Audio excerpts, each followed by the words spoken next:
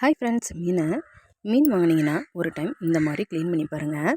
மீன் நம்ம எப்போவுமே கடையில் அங்கே வெட்டி கொடுத்துட்டாலுமே இதில் ஏகப்பட்ட செதுமல் இருக்குங்க. அதெல்லாம் நம்ம வீட்டில் இன்னொரு தடவை க்ளீன் பண்ணணுங்க. நல்லா க்ளீன் பண்ணாதாங்க மீனில் இருக்க செதுமெலாம் போகும், இல்லைன்னா அங்கங்கே ஒட்டிகிட்ருக்குங்க.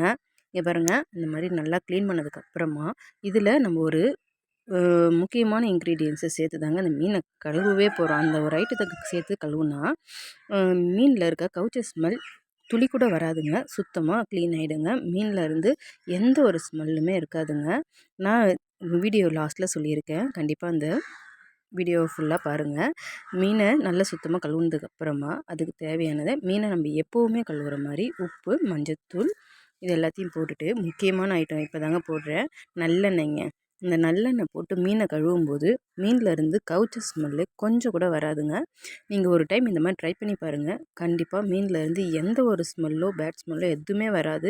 இந்த மீனுக்கான அவ்வளோ ஃப்ரெஷ்ஷாக உங்களுக்கு தெரியுங்க.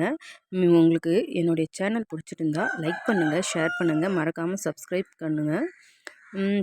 இங்கே பாருங்கள், நான் இது 3த்துமே போட்டு இது பண்ணுறேன். அதுலேருந்து அந்த கொஞ்சம் கூட கொலகொலப்பு தன்மையே இல்லை பாருங்கள். எவ்வளோ ஃப்ரெஷ்ஷாக க்ளீன் ஆகிடுச்சு. இதே மாதிரி தாங்க நீங்கள் ஒரு டைம் க்ளீன் பண்ணி பாருங்கள். கண்டிப்பாக உங்களுக்கு இந்த மெத்தட் பிடிக்கும். இந்த மெத்தடில் நீங்கள் க்ளீன் பண்ணுறப்போ நீங்கள் எவ்வளோ தான் பண்ணாலும் உங்கள் கையிலே கூட அந்த மீன் ஸ்மெல் கண்டிப்பாக வராதுங்க. நீங்கள் ட்ரை பண்ணி பார்த்துட்டு கண்டிப்பாக கமெண்ட் பண்ணுங்கள். இந்த வீடியோ உங்களுக்கு பிடிச்சிருந்தா என்னோடய சேனலை மறக்காமல் சப்ஸ்கிரைப் பண்ணுங்கள். தேங்க்ஸ் ஃபார் வாட்சிங்.